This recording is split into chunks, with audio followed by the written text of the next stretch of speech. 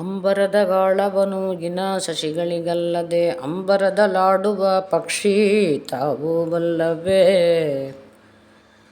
ಅಂಬರದ ಗಾಳವನು ಇನ ಶಶಿಗಳಿಗಲ್ಲದೆ ಅಂಬರದಲಾಡುವ ಪಕ್ಷಿ ತಾವು ಬಲ್ಲವೇ. ಹೇಗೆ ಜಲದ ಪ್ರಮಾಣವನು ತಾವರೆಗಳಿಗಲ್ಲದೆ ಮೇಲಿದ್ದ ಮರ ಗಿಡ ಬಳ್ಳಿಗಳು ತಾವು ಬಲ್ಲವೇ. ಜಲದ ಪ್ರಮಾಣವನು ತಾವರೆಗಳಿಗಲ್ಲದೆ ಮೇಲಿದ್ದ ಮರ ಗಿಡ ಬಳ್ಳಿಗಳು ತಾವು ಬಲ್ಲವೇ. ಮಾವಿನ ಹಣ್ಣಿನ ರುಚಿ ಅರಗಳಿಗಲ್ಲದೆ ಚೀರುವ ಕಾಗೆಗಳು ತಾವು ಬಲ್ಲವೇ.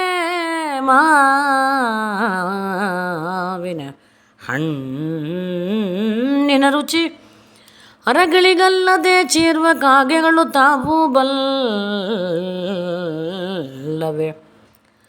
ನಿನ್ನ ಮಹಿಮೆ ನಿನ್ನ ಬಕುತರು ಬಲ್ಲರು ಮತ್ತನ್ಯರೇನು ಬಲ್ಲರಯ್ಯ. ನಿನ್ನ ಮಹಿಮೆ ನಿನ್ನ ಬಕುತರು ಬಲ್ಲರು ಮತ್ತನ್ಯರೇನು ಬಲ್ಲರಯ್ಯ. ಭಕ್ತರಾಧೀನನೇ ಭಕ್ತರೊಡೆಯನೇ ಭಕ್ತರ ಸಲಗಯ್ಯ ನಮೋ ರಂಗವಿಠಲರೇಯ. ಭಕ್ತರಾಧೀನನೇ ಭಕ್ತರೊಡೆಯನೇ ಭಕ್ತರ ಸಲಗಯ್ಯ ನಮೋ ರಂಗವಿಠಲರೇಯ. ನಮೋ ರಂಗವಿಠಲರೇಯ.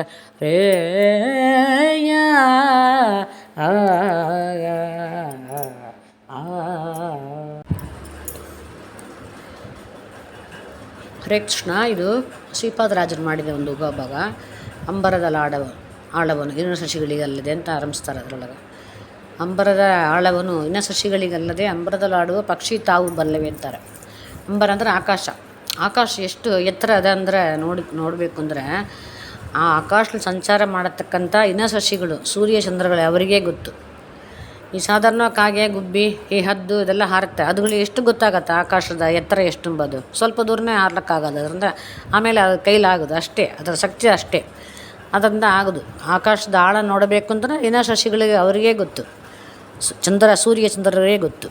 ಆ ಥರ ಜಲದ ಪ್ರಮಾಣವನ್ನು ಜಲ ಎಷ್ಟು ಆಳ ಅದ ಹಾಗೆ ಅಂತ ನೋಡಬೇಕು ಅಂದ್ರೆ ನೀರು ಎಷ್ಟು ಆಳ ಒಂದು ಕುಂಟ ಒಳಗೆ ಒಂದು ಕೆರೆ ಒಳಗೋ ಎಷ್ಟು ಆಳ ಹೋಗತ್ತೆ ನೀರು ನೋಡಬೇಕು ಅಂದ್ರೆ ಆ ಮೇಲೆ ತಾವರೆ ಹೂವು ಅದು ನೋಡ್ರಿ. ಆ ತಾವರೆ ಹೂವು ನೀರಿನ ಮೇಲೆ ಬಂದು ಹೂವಾಗತ್ತೆ, ಅದು ಅರಳತ್ತೆ. ಆ ತಾಮರೆ ದಂಟು ಆ ಹೂವು ನಡ್ಕೊಂಡು ಕಳಗ ತನಕ ನೀರು ಎಷ್ಟು ಆಳದೋ ಅಷ್ಟು ತನಕ ಹೋಗತ್ತದು. ಆ ಒಂದು ಹೂವು ಫುಲ್ಲ ನಮ್ಗೆ ಕೊಯ್ದೇವಂದರೆ ಅಲ್ಲಿ ಎಷ್ಟು ನೀರು ಆಳ ಇದೆ ಎಂಬುದು ನಮಗೆ ಗೊತ್ತಾಗತ್ತೆ.